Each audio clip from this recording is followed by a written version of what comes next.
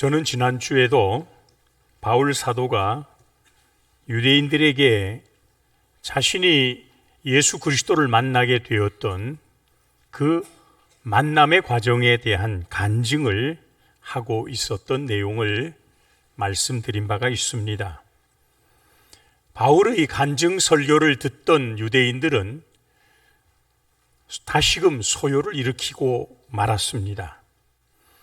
그것은 바울 사도가 말하는 것이 자신들에게 별로 마음에 들지 않았기 때문일 것입니다. 그러자 천부장은 바울을 영내로 데려가 어떻게 이런 소요가 일어나게 되었는지 원인을 알고자 하여 바울을 가죽줄로 묶고 채찍질하고 신문하라, 그렇게 명령을 하지 않습니까?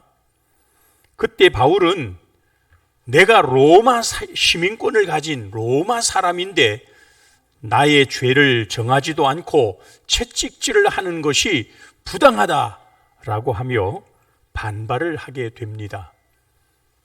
바울의 이 반발을 들었던 당시 백부장과 천부장은 바울이 로마 시민권을 가졌다는 사실 때문에 두려워했습니다. 로마 시민권자에게 죄도 묻지 않고 채찍질을 하는 것, 가죽줄로 묶는 것은 굉장히 큰 잘못을 행하는 일이 될 수 있기 때문이었습니다. 바울은 이제 정식 재판을 받게 됩니다. 첫 번째 받게 된 정식 재판이 바로 유대인들로 구성된 사내들인 공의회였습니다. 71명으로 구성된 당시 유대인들의 대표격인 사내들인 공의회가 있었습니다. 거기에 바울이 소집이 되었고, 바울은 그곳에서 왜 내가 이런 소요에 휘말리게 되었는지를 변론하는 기회를 잡게 된 것입니다. 바울 사도가 그 자리에서 자신의 변론을 함에 있어 가장 중요한 이야기는 나는 양심을 따라 하나님을 섬기는 자였다.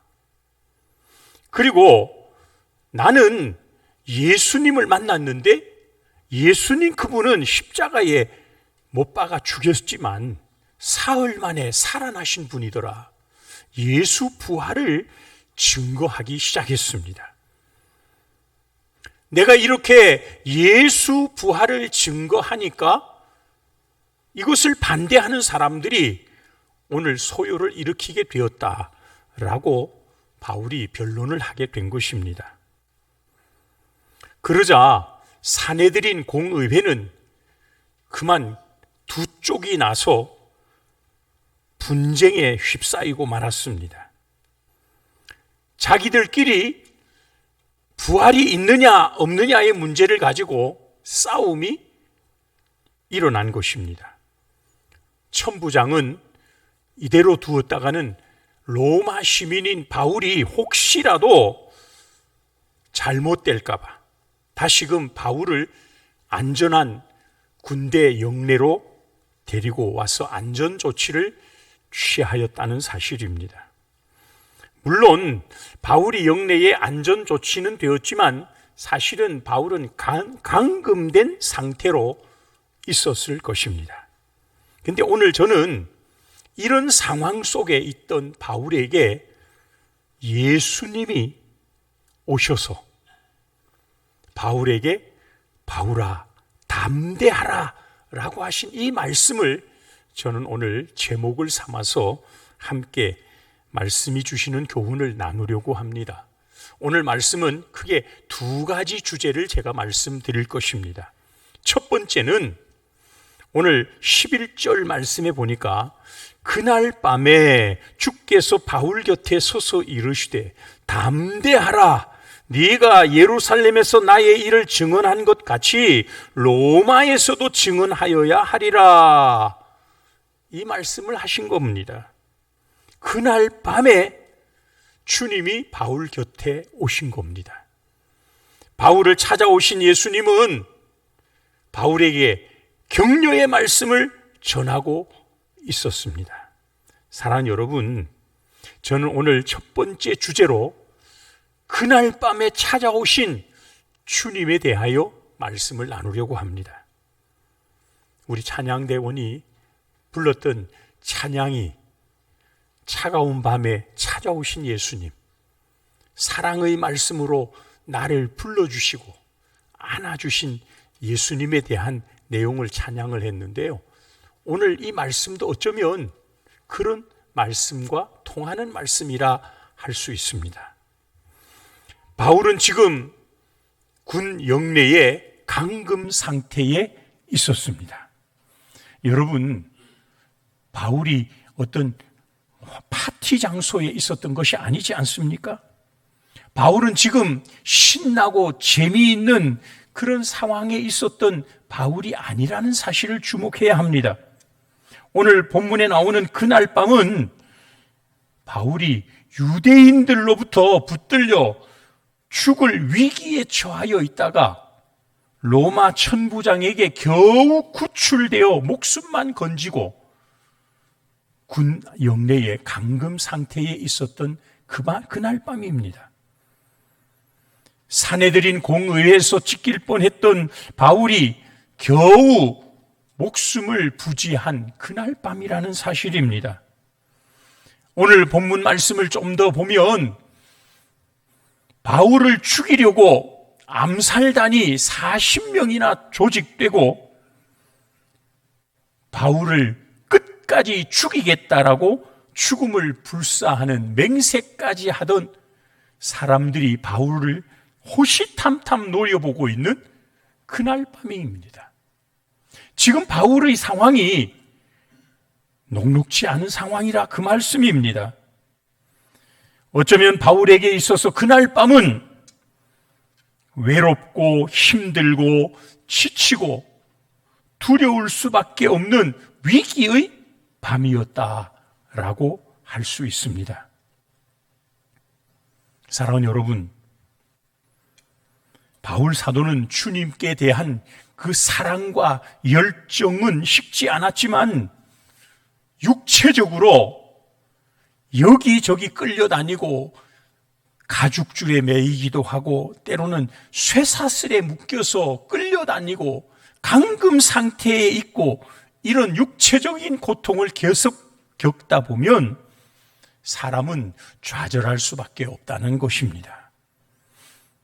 그래서 바울 사도는 지금 영내에 감금되어 있는 그 상황 속에서 외로울 수밖에 없었을 것입니다.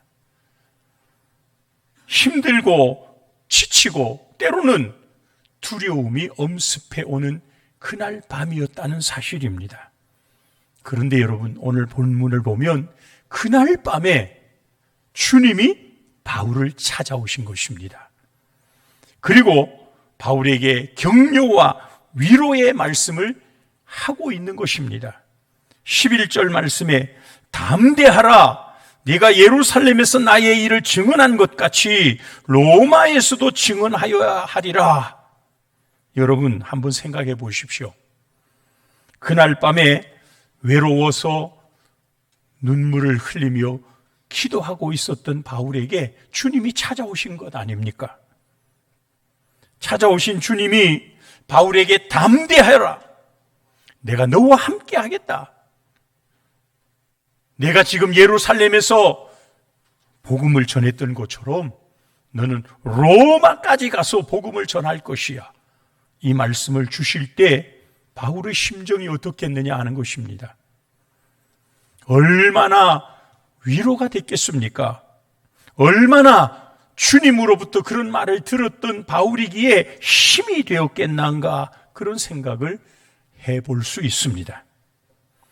어쩌면 주님의 그런 위로와 격려와 힘이 바울에게 주어졌기 때문에 바울은 그 수많은 고난을 이겨내고 용기를 꺾지 않고 끝까지 담대하게 복음을 전하는 승리자가 되지 않았을까, 저는 그런 생각을 하는 것입니다. 사랑하는 성도 여러분, 오늘 우리들이 살아가는 데 있어서도 때로는 이런 고난의 순간들이 있을 수 있습니다. 인생들이 살다 보면 누구나 바울 사도가 경험하는 것처럼 고난의 밤, 위기의 밤이 닥쳐올 때가 있다는 것입니다. 항상 해가 빛나는 맑은 날만 있을 수가 없지 않습니까? 때로는 굳은 날도 우리의 삶에서 있다는 것입니다. 항상 우리가 살아가면서 신나게 콧노래만 부를 수 있다는 것은 아니지 않습니까? 우리에게도 언제든지 이런 고난의 밤이 찾아올 수 있을 것입니다. 어쩌면 오늘 이 자리에 계신 분들 가운데에도 이런 고난의 밤 한가운데 있는 분도 있으리라 생각됩니다. 바울은 복음을 전하다가 이런 일을 당하였지만 우리들은 복음 때문에 당하지는 않지만 그래도 우리도 고난의 밤을 맞이할 때가 있더라는 것입니다. 어떤 분은 배우자와 사별 때문에, 부모, 자녀의 갑작스러운 죽음 때문에, 건강을 갑자기 잃어버리고 중병에 빠져서 실직이나 때로는 사업이 실패하는 일들, 자식이 어려움에 빠지거나 자식이 잘못된 길로 나아가기 때문에 그것 끌어안고 고통해하는 그런 성도들이 있습니다. 사랑하는 여러분, 이런 고난의 밤은 우리의 삶 속에 언제든지 찾아올 수 있다는 사실입니다. 이런 일을 당할 때 많은 사람들은 좌절하기도 합니다. 낙심하기도 합니다. 바울이라고 특별히 다르지는 않았을 것 같아요.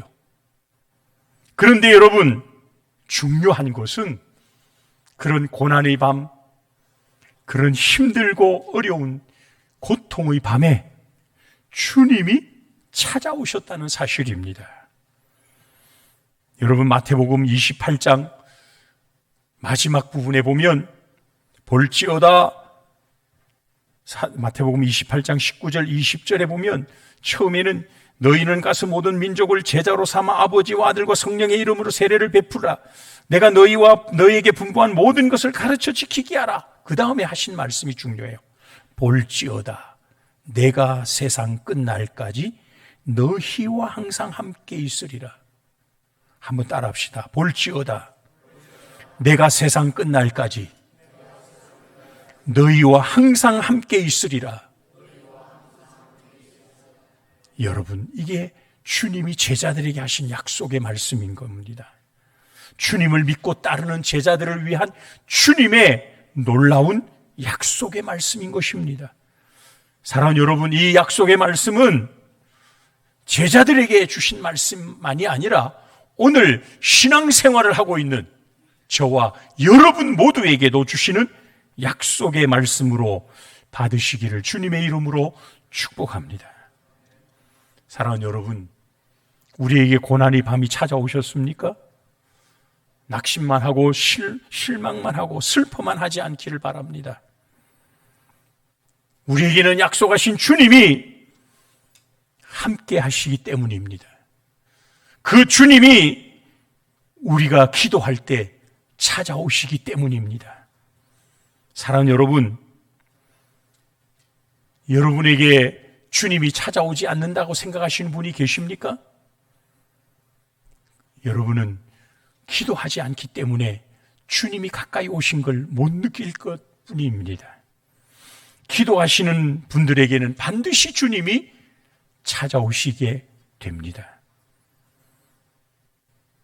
우리가 기도하고 성경 말씀을 읽는 이유는 그런 것을 통해 내게 가까이 다가오시고 나에게 말씀해 주시고 나를 위로해 주시고 격려해 주시고 힘을 주시는 주님을 느낄 수 있기 때문에 그렇습니다. 우리가 잘 아는 마태복음 7장 7절 이하에 보면 그렇게 말씀하죠. 구하라 그리하면 너희에게 주실 것이요 찾으라 그리하면 찾아낼 것이요 문을 두드리라 그리하면 너희에게 열릴 것이니 구하는 이마다 받을 것이요 찾는 이는 찾아낼 것이요 두드리는 이에게는 열릴 것이니라. 9절에 보니까 너희 중에 누가 아들이 떡을 달라 하는데 돌을 주며 생선을 달라 하는데 뱀을 줄 사람이 있겠느냐? 너희가 악한 자라도 좋은 것으로 자식에게 줄 줄 알거든 하물며 하늘에 계신 너희 아버지께서 구하는 자에게 좋은 것으로 주시지 않겠느냐?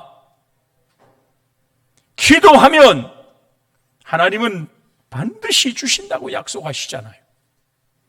기도하면 주님을 만난다고 말씀하시잖아요.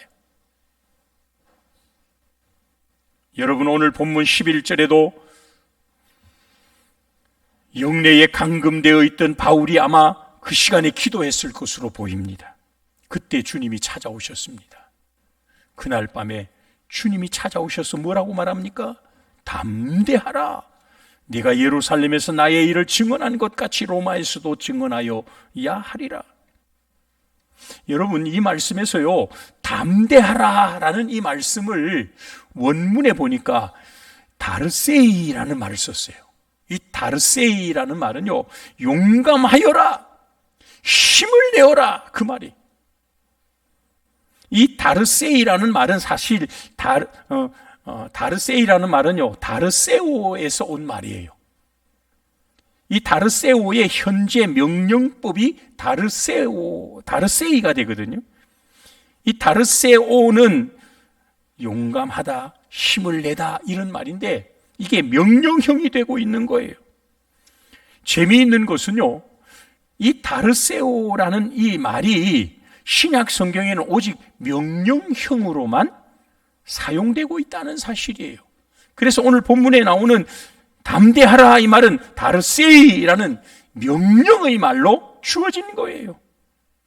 마태복음 9장 2절에 보면 침상에 누운 중풍병자를 사람들이 데리고 오거늘 예수께서 그들의 믿음을 보시고 중풍병자에게 이르시되 작은 자야 안심하라 네 죄의 사함을 받았느니라. 4명의 친구들이 중풍병자를 데리고 예수님께 왔을 때 예수님이 그 중풍병자에게 작은 자야 안심하라 라고 말씀하신 거예요. 마태복음 9장 22절에도 예수께서 돌이켜 그를 보시며 이르시되 따라 안심하라 내 믿음이 너를 구원하였다 하시니 여자가 즉시 구원을 받으니라. 혈루증으로 12회를 앓고 있던 여인이 예수님의 옷가를 만지는 순간 예수님이 돌아보시고 그 여인에게 하신 말씀이에요. 따라 안심하라. 여러분, 우리말 성경에는 안심하라 라고 번역을 했는데 이 말도 원문을 보면 이 다르세이예요. 다르세이. 오늘 바울에게 담대하라 하는 다르세이라는 말이 똑같은 다르세이가 쓰고 있다는 거예요. 요한복음 16장 33절에 보면 이것을 너희에게 이르는 것은 너희로 내 안에서 평안을 누리게 하려 함이라. 세상에서는 너희가 환난을 당하나 담대하라 내가 세상을 이기었노라. 최후의 만찬에서 예수님이 남겨질 제자들에게 주셨던 말씀이 바로 이 말씀이에요. 사랑하는 여러분, 병들어 고통 중에 있던 자에게 찾아가서 안심하라 다르세이라고 말씀하셨어요. 혈루증을 앓고 있던 여인을 향하여서도 다르세이 따라 안심하라 라고 말하고 있어요. 오늘 세상에 남겨질 제자들을 향하여서도 주님은 담대하라 다르세이 그렇게 말씀하셨어요. 오늘 본문에 나오는 바울 사도를 향하여서도 똑같이 다르세이 바울아 담대하라 그렇게 말씀하고 있는 거예요. 사랑하는 여러분, 오늘 이런 주님의 말씀을 저와 여러분이 듣는 시간이 되시기를 주님의 이름으로 축복합니다. 앞서간 많은 믿음의 선진들, 그들을 향하여 주님이 찾아와서 하시는 말씀이 바로 안심하라, 담대하라, 다르세이라고 말씀하셔요. 고난 중에 빠진 사람들을 향하여 주님이 오늘도 찾아오셔서 하시는 말씀은 안심하여라. 담대하여라. 다르세이라고 말씀해 주실 줄 믿습니다. 두 번째, 오늘 말씀의 주제를 또 하나 더 말씀 나누려고 합니다. 여러분, 잘못된 열심, 잘못된 결단, 이게 얼마나 위험하고 무모한가를 오늘 우리는 말씀 속에서 만날 수가 있습니다. 12절 이하에 나타나는 내용을 보면요, 이 절제력을 상실한 당시 유대인들의 아주 위험한 모습이 나타나고 있습니다. 유대교의 열심이었던 사람들이 바울을 죽이겠다고 40명이 똘똘 뭉쳐서 암살단을 조직한 일입니다. 왜 이렇게 암살단을 조직했는가 하면 사내들인 공의회에서 바울이 처단당할 것으로 그들은 기대했을 것입니다. 그런데 바울이 사내들인 공의회에서 소집되어서 변론을 하자 갑자기 사내들인 공의회는 두 패로 나뉘어서 자중질한 자기들끼리 싸우느라고 난리였어요. 그래서 바울을 정죄할 기회를 놓치고 말았던 겁니다. 사내들인의 편을 들어서 당시 바울을 처단하는 일에 앞장서 줄 것으로 기대했던 천부장도 이제 바울이 로마 시민이라는 것을 알고 난 다음에는 오히려 바울을 보호하려고 하는 입장으로 돌아서고 말았던 겁니다. 여러분, 이쯤 되면, 상황이 이렇게 전개되면 어떻게 해야 할까요? 바울을 우리는 이제 더 이상 손볼 수가 없구나. 그리고는 당연히 받아들이는 것이 그게 순리가 아닐까요? 그런데 여러분, 놀랍게도 유태교인들 중 열심 당원들이요, 자기들이 마음먹은 대로 되지 않으니까 이제는 극단적으로 문제를 해결하기 위하여 암살단을 조직하고 말았다는 사실입니다. 이것은 절제력을 잃은 신앙의 잘못된 모습을 보여준 사건입니다. 이렇게 엉뚱하고 잘못된 것에 열심을 내면 자기 자신만 파멸되는 것이 아니라 이웃에게도 어마어마한 피해를 가져올 수 있다는 사실을 기억할 수 있길 바랍니다. 마치 브레이크가 고장난 자동차가 고속으로 질주하게 되면 어떻게 될까요? 얼마나 위험한지 몰라요. 절제력을 상실한 당시 유대 신앙인들의 모습에서 얼마나 무모한 모습을 우리는 볼 수 있는지 알 수 있다는 것입니다. 베드로 후서 1장 5절로부터 7절에 보면 이렇게 말합니다. 그러므로 너희가 더욱 힘써 너희 믿음의 덕을, 덕의 지식을, 지식의 절제를, 절제의 인내를, 인내의 경건을, 경건의 형제 우애를, 형제 우애의 사랑을 더하라. 여러분, 이 말씀은요, 베드로 사도가 우리 신앙인들의 신앙의 삶에 있어서 갖추어야 하는 신앙의 덕목을 가르쳐주는 말씀이에요. 이 말씀에서 믿음에는 덕을 가져야 하고, 덕에는 지식이 있어야 하고, 지식에는 절제가 있어야 한다, 그렇게 가르치고 있는 말씀이에요. 여러분, 이 절제력이라고 하는 것, 이건 오늘날 신앙생활을 하는 데 있어서 절대적으로 필요한 거예요. 절제력을 상실한 사람들이 잘못된 열심을 앞세우다가 오늘 교회를 큰 시험에 빠뜨리고 분쟁케 만드는 일들이 얼마나 많은지 몰라요. 그래서 우리 신앙생활에 절제야말로 신앙인의 필수 덕목이다라고 말할 수가 있는 겁니다. 갈라디아서 5장 22절 23절에 성령의 9가지 열매가 나오잖아요. 거기도 오면 사랑과 희락과 화평과 자비와 양선과 온유와 절제, 이 절제의 열매도 있어요.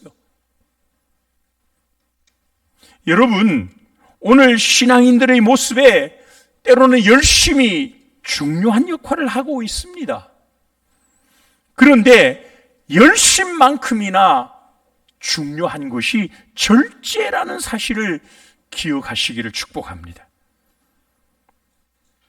절제는 우리의 삶이 파국으로 달려가는 것을 막아주는 브레이크와 같은 역할을 하는 거예요. 우리가 선한 일을 위해서 결단하고 맹세하고 열심내면 얼마나 좋겠습니까? 그런데 오늘 본문에 보면 이 40인의 암살단들은 단식까지 해가면서 바울을 죽이기 전에는 우리는 아무것도 안 먹겠다, 물도 안 먹겠다, 얼마나 든든한 결심을 한 것으로 보입니까? 그들은 맹세까지 하고 있어요. 완악한 계획을 성사시키기 위해서 사생결단을 하는 모습인 것입니다. 하나님의 뜻과는 전혀 관계가 없고 자신들의 이득과 자신들의 계획을 성취하고자 하는 일에만 혈안이 되어 있는 아주 잘못된 모습이 바로 여기에 보이는 것입니다. 오늘날 세상에는요, 이렇게 허망하고 악한 일을 위해 결단하는 사람들이 의외로 많다는 사실입니다. 하나님을 대적하고 불의한 일을 이루기 위해 자신의 시간과 정력과 인생 자체를 거기에 바치는 사람들도 있습니다. 그들은 나름대로는 열심히 산다고 생각합니다. 자신의 소신을 가지고 자기는 산다고 자부하는 사람들도 있습니다. 그러나 여러분, 열심이라고 해서 다 좋은 게 아니에요. 불의한 일에 열심을 내면 낼수록 더욱 큰 해를 가져오게 되는 결과가 나오는 것입니다. 여러분, 우리가 목적지를 향하여 가야 되지, 목적지가 아닌 엉뚱한 곳으로 가면서 빨리 가겠다고 엉뚱한 곳으로 제 아무리 비행기를 타고 달려간들, KTX처럼 초고속 열차를 타고 간들 목적지에 갈 수 있을까요? 오히려 목적지를 더 멀리 벗어나는 결과만 가져오는 것 아닙니까? 이런 일은 한마디로 어리석은 일이에요. 여러분, 우리 신앙인들에게 있어서 그래서 때로는 절제력을 갖는 것, 절제의 열매를 갖도록 힘쓰시기를 주님의 이름으로 축복합니다. 불의한 일, 잘못된 일, 하나님의 뜻에 어긋난 일, 글로 내가 지금 가고 있다면 빨리 절제하고 끊어낼 줄 아는 지혜가 있어야 하는 것입니다. 우리는 선한 일을 위하여 선한 노력을 다해야 합니다. 사랑하는 성도 여러분, 이제 말씀을 맺으려고 합니다. 우리가 힘써야 할 선한 일이 무엇이겠습니까? 성경에 보면 예수 그리스도를 세상에 전하는 일이라고 말씀합니다. 복음으로 지옥으로 달려가는 인생을 건져내는 일이라고 말씀하고 있습니다. 이런 일을 위해서라면 우리는 때로 금식도 하고 결단도 하고 기도도 하고 열심을 내어야 하겠죠. 우리의 부모나 자녀나 형제나 친구, 동료들을 구원하기 위해서라면 우리가 더 큰 결단과 더 열정을 가지고 바울 사도처럼 목숨을 걸 필요가 있겠죠. 40일 암살단처럼 어긋난 일, 잘못된 일을 위해서 내는 열심이 되지 않기를 바랍니다. 사랑하는 여러분, 주님의 십자가 부활을 증거하기 위해서 바울 사도는 목숨을 걸었습니다. 그 일을 위해서 자신은 모든 생애를 거기에 내려놓았습니다. 우리가 이런 일을 위해서라면 결심할 필요가 있을 것입니다. 물질과 시간과 정력을 그런 곳에 쏟을 만할 것입니다. 사랑하는 여러분, 우리는 선한 일을 위하여 결단하고 헌신하는 바울 사도를 위하여 그날 밤에 찾아오신 주님을 저도와 여러분도 만날 수 있는 은혜가 있기를 축복합니다. 오늘 힘들고 괴롭고 남들이 알지 못하지만 밤잠을 설쳐가며 쓰디쓴 고통을 겪고 있는 분이 계십니까? 주님께 기도하세요. 주님을 향하여 만나달라고 부르짖으세요. 주님은 반드시 우리 기도를 들으실 것입니다. 찾아오실 것입니다. 나의 상처를 만져주실 것입니다. 우리에게 바울에게 말씀하셨던 디르세이, 담대하라, 걱정하지 말아라, 힘을 내어라, 내가 너와 함께 하겠다, 내가 내 곁에서 너를 붙잡아 주겠다. 이런 위로와 평강을 받아 누리는 우리 모든 성도들이 될 수 있기를 주님의 이름으로 축복합니다. 기도하겠습니다. 거룩하신 하나님, 은혜를 감사합니다. 오늘도 이 무더운 일기 가운데 우리를 붙들어 주셨고 주님 앞에 나와 함께 예배할 수 있는 복된 시간 주심을 감사합니다. 오늘 주신 말씀을 통하여 바울 사도가 위로와 평강과 힘을 얻었던 것처럼 우리들의 삶 속에서도 주님으로부터 주시는 위로와 평강, 은혜가 충만하도록 역사하여 주시옵소서. 어리석고 미련한 일을 위한 열심을 내지 않게 하시고 주님의 영광을 위하여, 주님 나라 확장을 위하여 열심 내는 우리 성도들 되게 하여 주시옵소서. 주 예수 그리스도의 이름으로 간절히 기도드리옵나이다. 아멘.